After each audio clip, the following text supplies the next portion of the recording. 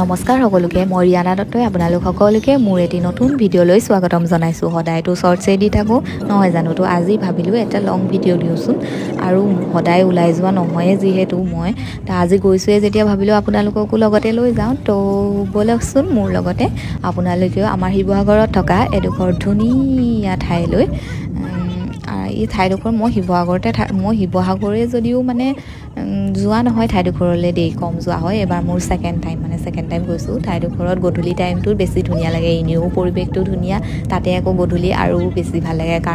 কাৰণটো অলপ পাছত কম দিয়ক, অলপ পাছত গম পাব। আৰু আপোনালোকেতো বহুতে চিনি পাইছেই, মইনো ক'ত গৈ আছোঁ, ক'ত যোৱা কথা কৈছোঁ, সকলোৱেতো চিনি পাইছেই। তো ব'লকচোন যাওঁ আমি। এইয়া এখেতে আকৌ বগলী ডান্স দিছে। এইয়া মই কথা পাতি আপোনালোকৰ লগত আহি পালোঁৱেই নহয় জেগাডোখৰ, আমাৰ শিৱসাগৰৰ স্বৰ্গদেউ ৰুদ্ৰসিংহ উদ্যানত।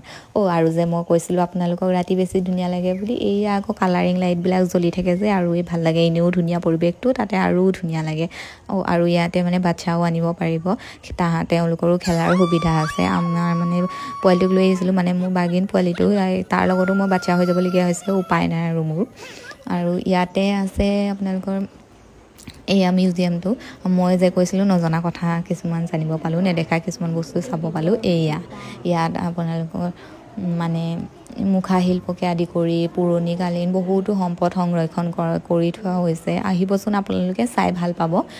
কিছুমান আমিতো বহুত মানে নাজানোৱে, যেনেকৈ এয়া গোসাঁইদোলা বোলে নাজানিছিলোঁ, আজি ফাৰ্ষ্ট গম পালোঁ। এয়া মাটিৰ সামগ্ৰী সংৰক্ষণ কৰা হৈছে। ইয়াৰ লগতে বহুতো মুদ্ৰাকে আদি কৰি আগৰ দিনৰ এয়া সাঁচিপাতৰ পুথি, তাৰপৰা আকৌ ৰজা দিনৰ মানে এইবিলাক কি কয়, যুদ্ধ হ'লে ব্যৱহাৰ হয় যে অস্ত্ৰ সেইবিলাকো মানে সংৰক্ষণ কৰা হৈছে। দেখি বহুতো ভাল লাগিলে। ইয়াত পাথৰ শিলো কিছুমান এয়া আছে, যিখিনি নামেই নাজানো, চিনিয়েই নাপাওঁ। আজি চাবলৈ পালেও ভাল লাগিলে দেই মনটো। আপোনালোকেও আহিব, চাই ভাল পাব। আৰু ইয়াতে কওঁ, মই ইমান ভিডিঅ' মানে কথা কোৱাৰ মোৰ অভ্যাস নাই, কিছুমান ভুল হ'ব পাৰে, ভুল হ'লে ক্ষমা কৰিব, শুধৰাই দিব বুদ্ধি। আৰু ইয়াতে কালচাৰেল প্ৰগ্ৰেম এটা হয়, তো ব'লকচোন চাওঁ আমি লগে ভাগে।